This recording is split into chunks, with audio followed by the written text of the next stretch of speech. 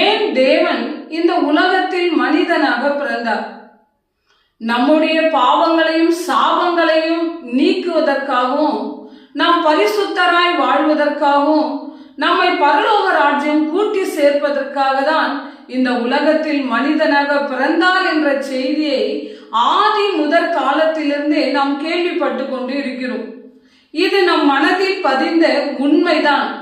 அது மாத்திரம் அல்ல, தேவன் நம்முடைய கண்ணீரை துடைக்கவும், அவர் நம்மோட கூட வாழவும், நம்முடைய உணர்ச்சிகளை அவர் சக மனிதனாக புரிந்து கொள்வதற்காக இந்த உலகத்தில் மனிதனாக பிறந்தார்.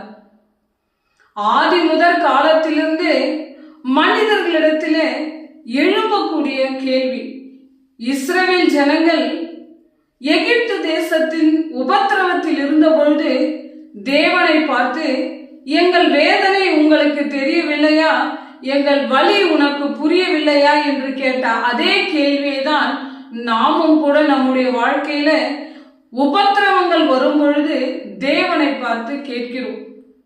அந்த கேள்விக்கான பதிலை தேவன் பரலோக ராஜ்யத்திலே இருந்து கொண்டு பதில் அளித்திருந்திருப்பாரானால் நம்மால் அதை ஏற்றுக்கொண்டு இருந்திருக்க முடியாது. அது மாத்திரமல்ல, அதை நாம் நம்பியும் இருந்திருக்க முடியாது.